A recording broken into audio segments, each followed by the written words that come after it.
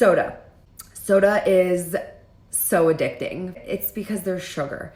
And sugar is not the best thing in the world, but what exactly is it that these sugars and these bad ingredients are doing to your body as you're drinking this soda? Why is it that you feel that you literally have to have a soda? Some people are like, I have 5 packs a week, 5 cans a day, a 2 liter per day. Or when I was a kid, I drank it a little bit. We didn't really have it in our house. My mom wasn't a big soda drinker. My dad is definitely not a soda drinker. My kids actually don't even like soda that much. But watching and hearing other people that I love and care about have these challenges with soda, it's a lot, and I really want to help everybody. So here we go.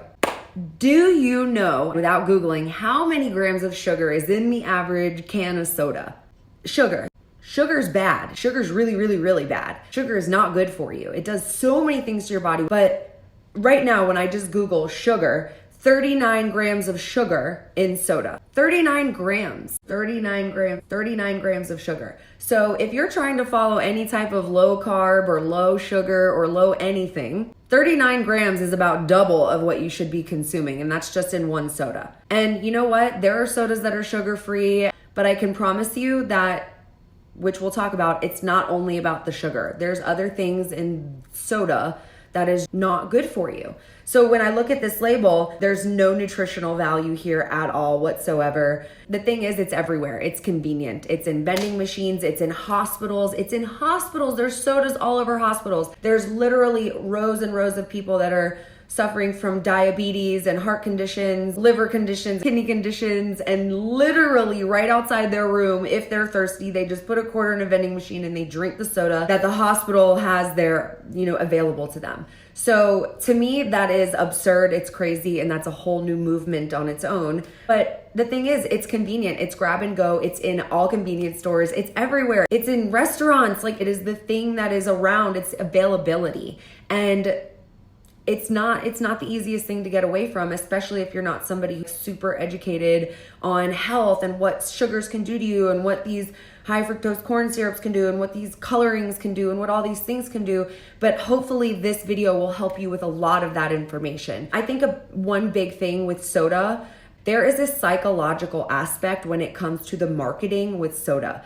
Pepsi and Coke spend so much money on marketing, and a lot of people don't realize they are legit brainwashing us. Pepsi used to use Michael Jackson, for example, as one of their faces. The song Billie Jean, you'd hear the dun dun dun dun dun dun dun when it's coming on, and like everybody that loves Michael Jackson gets excited and they're like, ooh, dun dun dun dun, and then they show his feet and everyone gets excited. And everybody knows that when Billie Jean comes on, you get to see the moonwalk, right? And right as the chorus comes, they just flash to a picture of Pepsi, right? And they're like, Billie Jean, da da da da da da, whatever, okay. And then they start all over again, show his feet. Again, Billie Jean, show the Pepsi. Why do they do that? Because internally in your mind, there's a psychological connection in the excitement that you get when you see Billie Jean and the feet and the walking, and you really want to see the moonwalk. And right when you want to see the moonwalk, boom, the Pepsi shows. So every time you hear that song, that same chemical is going to be released in your brain, showing like Pepsi, Pepsi, Pepsi, Pepsi, Pepsi, Pepsi. So it's a huge excitement factor. Besides the point, has nothing to do with the ingredient. They are brainwashing people to legit just go after certain drinks. That's marketing. There's nothing we can do about that except for be aware of it. But the habit, it's the habit that really gets people in. It's the sugar habit, the sugar addiction, as well as the caffeine. There's a lot of caffeine in soft drinks if you're drinking them on a very regular basis. A small amount of caffeine is not bad for you.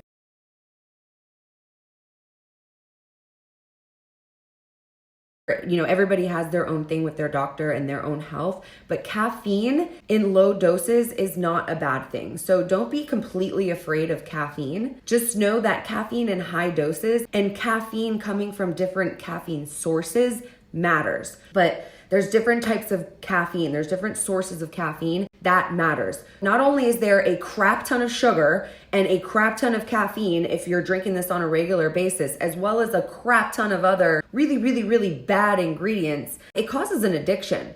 So the addiction to things that are useless, The addiction to things that literally serve no purpose in our body. Our body does not need any of the things that's in soda. And I know it's a pleasure, and I know it's something that we do as like ooh, I deserve it, or I really like it and it makes me happy, or it makes me feel good. And some people literally drink it, think that it's hydrating them, think that it's okay to just drink these things all the time. Even if they're talking to their doctors and stuff, their doctors just put them on all these meds. We'll put you on this, on statins, talk about cholesterol and blood sugar levels and all of that, but won't say anything about the foods that they're eating, the nutrition that they're consuming, the fuel that they're putting into their body. And that's what matters most. That is really what matters most. Nutrition and food and supplementation is fuel for your body. It's supplementing and giving your body the things that we need.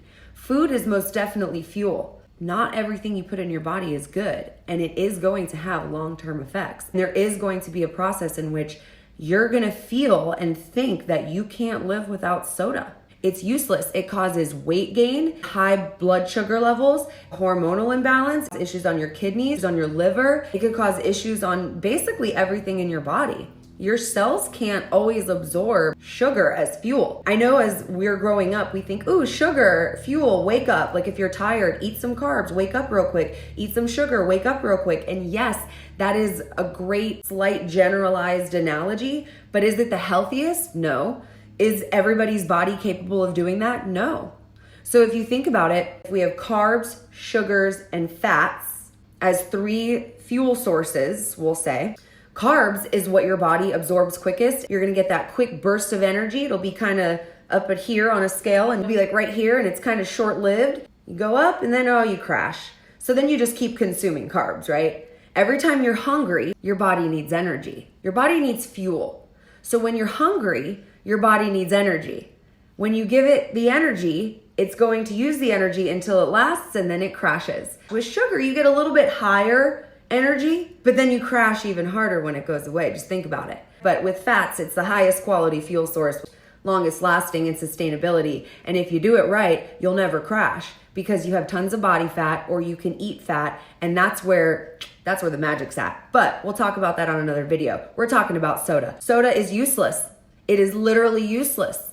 And if you care about yourself and if you care about your body, then you want to listen to this and you want to take this serious and read into it. Here's the thing. If you're suffering or struggling or challenged by diabetes, imbalanced hormone, obesity, rapid weight gain, not being able to sleep, hot flashes, not being able to urinate properly, extreme dehydration, there's so many different things that we could go into. I mean, I did a science project when I was in 7th grade on the effect of soda in your teeth. And if you take an eggshell, for example, which is enamel, and you get the yolk out and you put an eggshell in soda, watch what happens to it. That's just your teeth alone. So imagine what it's doing to the insides of your body. None of this stuff is good for you. Zero. None of it's good for you. It's bad for everything.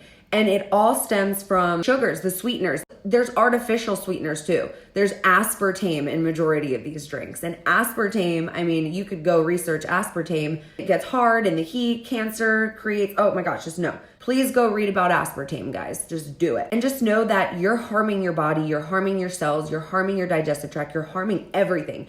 I don't care if it's diet soda. Now, I might be a soda Nazi at this point, but please forgive me. I just am not a fan of it. I don't think it's necessary at all. There are so many alternatives out there, and that is what I can offer you as an alternative. There is a ton of different sodas, aka what I call a soda is sparkling water with flavor. Those sparkling ice drinks, my kids love them. They're super cheap. They are delicious. They have a million different flavors, and they're 0 calories, 0 sugar, 0 everything. LaCroix is amazing. It doesn't have as much of a flavor as the sparkling ice waters, but LaCroix is delicious. It still gives that bubbly feeling. It almost feels like I'm having a soda, but I'm really not. And Bubbly is a new brand that I've grown to love, and they also have a ton of different flavors. So you just really try them out, and there's tons out there. These aren't the only ones, and some are more flavorful than others, but really finding something that you truly enjoy and that works for you, because to be honest,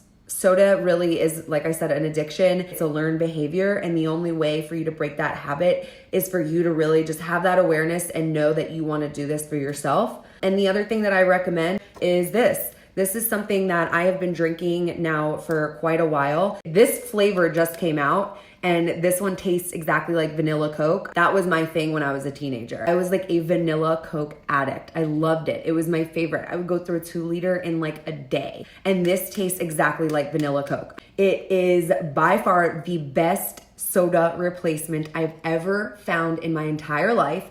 Not only is it delicious, but it's actually good for you. It's a fuel source. It tells your body, hey, you've got fat, burn fat for energy. It literally goes straight to your brain. It is the fuel source, the cleanest fuel source. People are talking about it nowadays. It's becoming very, very popular. Not for no reason. I just think today's day and age, people are starting to take control of their health and realizing that the American Heart Association was way off when they created our food pyramid. We do not need that many grams of carbs or sugar in our diet or grains or anything like that. And the things that we're consuming are highly processed, majority are artificial and not good for us, which is why America is hand in hand top 3 most obese countries in the world. We're extremely unhealthy, and there's a reason for that. Knowing this and having that awareness and just taking it upon yourself to learn about it and kind of just do a little bit of research, know what you're putting in your body, and avoiding having to get on a bunch of medications that your doctor is just telling you need, when in reality, you could really take a hold of your health on your own.